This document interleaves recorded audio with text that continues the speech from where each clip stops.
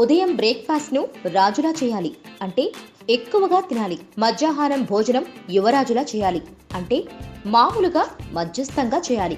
రాత్రిపూట భోజనం పేదవాడిలా చేయాలి అంటే చాలా చాలా తక్కువగా తినాలి. ఇది భోజనం విషయంలో మన పెద్దలు చెప్పే మాట. పెద్దలు ఏది చెప్పినా అది చద్దన్నం మూటేగా.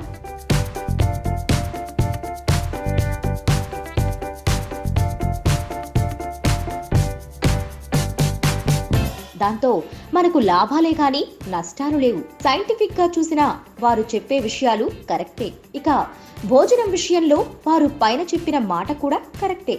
ఎందుకంటే పలువురు వైద్యులు కూడా ఇదే విషయాన్ని ధృవీకరిస్తున్నారు.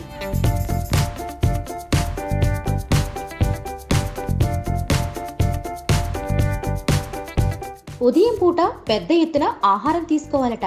అదే మధ్యాహ్నం కొంచెం తగ్గించి తినాలి. ఇక రాత్రి పూట చాలా తక్కువగా తినాలి. అలా తింటేనే ఆరోగ్యం కలుగుతుందట. కానీ కొందరు ఉదయం పూర్తిగా బ్రేక్ఫాస్ట్ మానేసి ఏకంగా మధ్యాహ్నం హడావిడిగా లంచ్ చేస్తున్నారు. ఇక రాత్రి పూట ఖాళీగా ఉంటారు కాబట్టి అదే పనిగా లాగించేస్తున్నారు.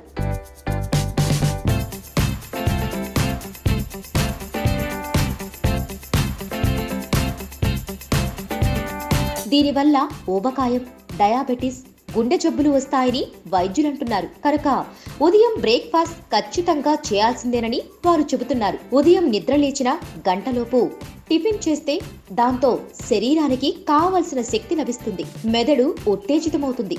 ఆందోళన, ఒత్తిడి వంటివి తగ్గిపోతాయి. అలా చేయకపోతే ఇక రోజంతా ఒత్తిడితో గ్యాస్, అసిడిటీ వంటి సమస్యలతో బాధపడతారట. జీర్ణ వ్యవస్థ సరిగ్గా పనిచేయదట.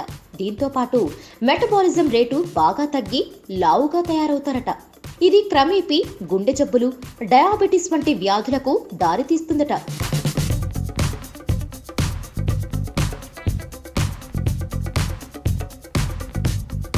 కనుక ఉదయం పూట ఖచ్చితంగా బ్రేక్ఫాస్ట్ చేయాలని వైద్యులు అంటున్నారు. అయితే బ్రేక్ఫాస్ట్ రోజు ఒకేలాంటిది కాకుండా నిత్యం ప్రోటీన్లు, హెల్తీ ఫ్యాట్స్, కార్బోహైడ్రేట్స్ కలిగిన ఆహారం తీసుకోవాలని అంటున్నారు. దీనివల్ల శరీరానికి పౌష్టికాహారం లభిస్తుందట. ముఖ్యంగా చిన్నారులకు ఇలా పెట్టడం వల్ల వారు చదువుల్లో రాణిస్తారట. మెమరీ కూడా షార్ప్ అవుతుందట. ఓట్స్, తృణధాన్యాలు, కోడిగుడ్లు వంటి ఆహారం తింటే మంచిదని న్యూట్రిషనిస్టులు సలహా ఇస్తున్నారు.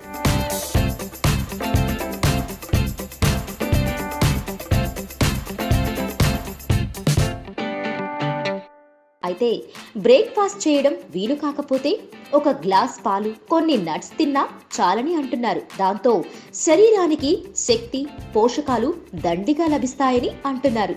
కనుక ఎట్టి పరిస్థితిలోనూ బ్రేక్ఫాస్ట్ చేయడం మానేయదని వైద్యులు చెబుతున్నారు.